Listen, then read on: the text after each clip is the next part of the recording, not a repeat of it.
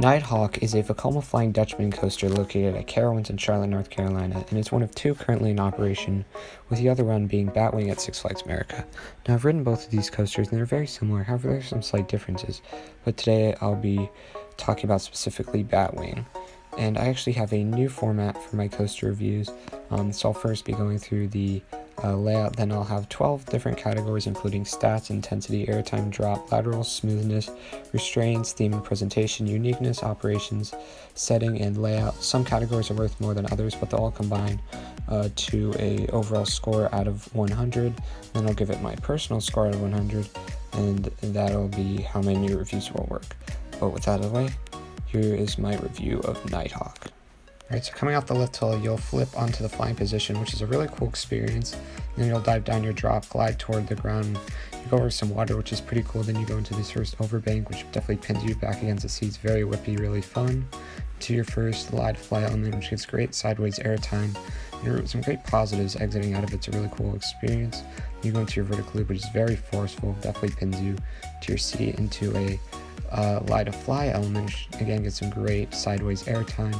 And then you do another fly to lie, which gives some great sideways airtime again. To the corkscrews, which are definitely the worst part of the ride. They're very shaky, but they're not the worst elements ever. You'll do a bank turn, and then slam into the brake run. So that's the layout for Nighthawk. Alright, so the first category is the stats, and this will be worth 6 points, because it's not as important. And Nighthawk has some pretty decent stats for a flying coaster. It's 115 feet tall, 103 foot drop, 51 miles an hour, about 2,800 feet of track, has 5 inversions. So they're pretty decent stats for a flying coaster, and it's very similar to Batwing, which in general stats aren't too good, but they're decent. So I'm going to give it a solid 4 out of 6 for these stats. Alright, so next up is the intensity, and Nighthawk definitely has some great intensity, especially when you're reaching your fastest points on the ride, like at the bottom of the drop, and like exiting out of the line of fly elements when you go around some of those bank turns, and that overbank turn and the vertical loop definitely pin you to the back of your seat, which is a really cool experience to be getting crazy positive G's on a flying coaster. It's overall a really intense ride. It also has great laterals and airtime, which feel very different on a flying coaster. The intensity is definitely a great experience on this ride. There's definitely a lot of it. So I'm going to give it a really solid 8 out of 10 for intensity. So next up is the airtime, and I think Flying Dutchman's definitely proved that it is possible to get airtime on a flying coaster. When you're on those lie to fly elements, you really kind of get like sideways airtime, where you kind of get like thrown to the side and thrown from like the back of the seat while lying down. It's a really crazy experience. You really have to experience it for yourself to know what it's like, but it's a really cool experience, getting like sideways airtime like this on a flying coaster. It definitely flings you a lot. There are only like, I'd say 3 moments of it on the fly to lie and lie to fly elements, but it's really fun, so I'm going to give it a 7 out of 10 for the airtime. So the next category is going to be the drop, and Nighthawk definitely has more of a unique drop. Most of the B&M flyers have a curved drop, with the exception of Starry Sky Ripper, but the Flying Dutchmans actually have a straight drop, similar to Starry Sky Ripper, but unlike Manta, Tatsu, Superman Ultimate Flight, Flying Dinosaur. And it's definitely a fun experience gliding towards the ground, especially considering this drop takes place over water, just like most of Nighthawk. It's not super intense. It doesn't give like crazy whip or anything, like especially because it's curved, so it can't be, and doesn't really give much airtime. But it's just kind of a gradual, nice descent towards the ground, and it's definitely a lot of fun on a flying coaster. So I'm going to give the drop category a pretty solid 7 out of 10. So next up is the laterals, and as I mentioned earlier, the fly to lie and lie to fly elements definitely give great laterals as you get thrown to the side. You also get nice laterals going through that overbank turn while you're sideways, and while you're twisting through the corkscrews, you do give nice laterals, even though it's very uncomfortable and shaky through those. It still does give some good laterals, so there's definitely a lot of elements that give nice laterals on this ride. They're really strong and a really cool experience on a flying coaster. So I'm going to give the laterals a very solid 7 out of 8. Alright, so next up is smoothness, and over my 2 rides on Nighthawk, this has definitely changed. On my first ride in 2017, I got a middle to back row ride, and it was just super shaky throughout this whole layout, and I just thought it was absolutely horrible. And then I got a ride in 2019. It was actually assigned to the front row, and this ride was really smooth for pretty much everything except the corkscrews, which honestly weren't as bad as the first time I remembered, but they were still pretty rough. But otherwise, it was pretty much butter smooth for the rest of the elements, but it still can give a little bit rough rides.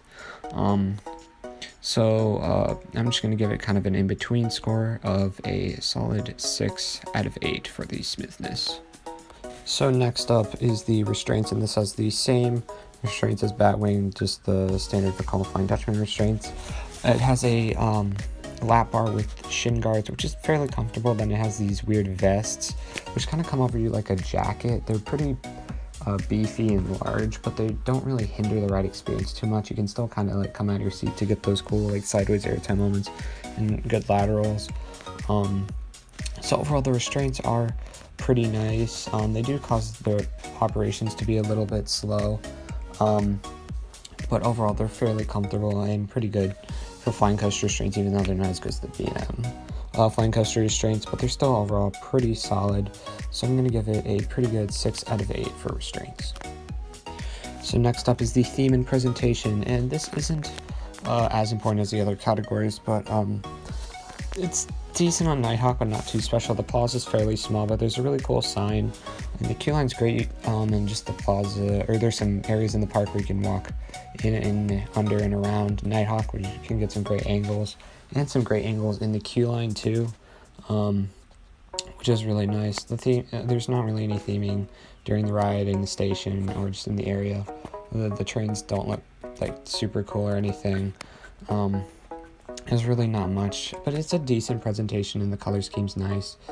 So it's nothing really that special. So I'm just going to give it a 2 out of 6 for theme and presentation. So next up is uniqueness, and this is one of 2 current Vekoma Flying Dutchmans. At one point, one of 3, back when Firehawk at Kings Island was still around. But it's now one of 2, and it's a fairly unique ride. I mean, there is Batwing, which is very similar. However, this does have some slight differences. The ending, instead of having the 2-in-line twist in that final helix, it just does those 2 corkscrews and then it turn into the brake run. I do think the ending is quite inferior, and just Batwing is a better ride in general. But that does make it a little bit more unique. It does have a little bit of differences from that ride, so it's not a clone of any coaster like Batwing was of Firehawk. And there aren't really many other rides that are similar to like Flying Dutchmans or other flying coasters that do have very different layouts. The only one that really comes close in terms of like other flying coasters would be Starry Skyper, which does actually have a fair amount of similar elements, but is a B&M flying coaster, but that's about it in terms of similar rides. So it is overall a really unique coaster. So I'm going to give it a 7 out of 8 for uniqueness. So next up is the operations, and they definitely are not the best like with most flying coasters because of the kind of abundant restraint system. It does take a lot longer to load and check all the restraints, but they're honestly not too horrible on Nighthawk. I think it usually runs 2 trains.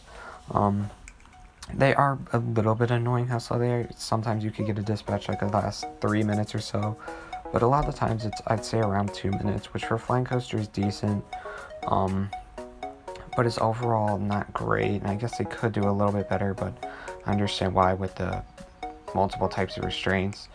But overall, I would like it to be a little bit faster, but it's not the end of the world. So for operations, I'm going to give it a decent 5 out of 8. Next up is the setting, and Nighthawk definitely has a great setting. There are quite a few trees around. A lot of it actually takes place over water. It flies around the midway, so you can really get really close to this coaster and get some cool angles and interactions of it and with it. So it's overall a great setting, fairly nature-like setting. It's not over some just plain field or parking lot. So I overall really like it, so it's definitely going to get a really solid 7 out of 8 for the setting. So the final category, and one of the more important ones for me, is the layout. Nighthawk definitely has a really fun layout. Mostly consists of light-of-flight elements. and bank turns, along with the corkscrews and the vertical loop, and it's a fairly compact layout, with a lot of it just twisting around itself, and it's definitely a really fun and good layout. Definitely pretty cool and unique for a flying coaster, but not like my favorite layout for any coaster, because it is still just a flying coaster. But overall, it's a really unique and fun layout with some really cool, wacky elements. So it is going to get an 8 out of 10 for the layout. So after adding up all the points from all the different categories, Nighthawk will be receiving a final overall score of 74 out of 100, which is actually a very, very good score. And I will be giving it a personal score of 80 out of 100. This is just a fantastic coaster. It is very smooth, it's got an awesome setting, it's a great flying sensation, it's got some really weird, wacky, fun, unique elements and some crazy forces. It's definitely a great flying coaster. It does have those really rough corkscrews, which definitely take away from the experience, and it does lack that awesome ending helix finale on Batwing, but it is still just a really, really good coaster. And even if the operations aren't the best, it's still just a great ride, and it's definitely a very unique coaster, and it's a really enjoyable ride. If you sit towards the back, it's not the best ride because it's very shaky, but in the front row, it's definitely a great ride. It's actually my 5th favorite coaster at Carowinds, behind Vortex, Copperhead Strike Afterburn, and Fury 325. I do prefer this to Intimidator, just because it's a more forceful and crazy ride. Intimidator is definitely weaker. It's not my favorite coaster ever. Flying coasters aren't the best coaster model, in my opinion, or really, I don't think anybody would think they are. But it's overall, it's a really good ride. It ranks around in the 40s in my rankings. And I do also prefer this to the Superman Ultimate Flight clones, just because those are kind of boring after the pretzel loop. They just do some kind of just boring slow bank turns. Lust has some crazy light of fly elements, and just some really intense turns and forces and stuff. That might be a bit of an unpopular opinion, but I definitely do prefer Nighthawk. But just in general, Nighthawk is a great ride. Really, my only complaints is just the corkscrews are a little bit rough, but other than that, it's just a great ride. I love Nighthawk, so that'll be about it for my review of Nighthawk at Carowinds. Did you enjoy this review? Have you guys ridden Nighthawk? And what are your thoughts on it? Leave all those thoughts down in the comment section below. And as always, make sure to leave a like on this video and subscribe to my channel for more coaster content coming soon. And I will see you guys in the next one. Bye.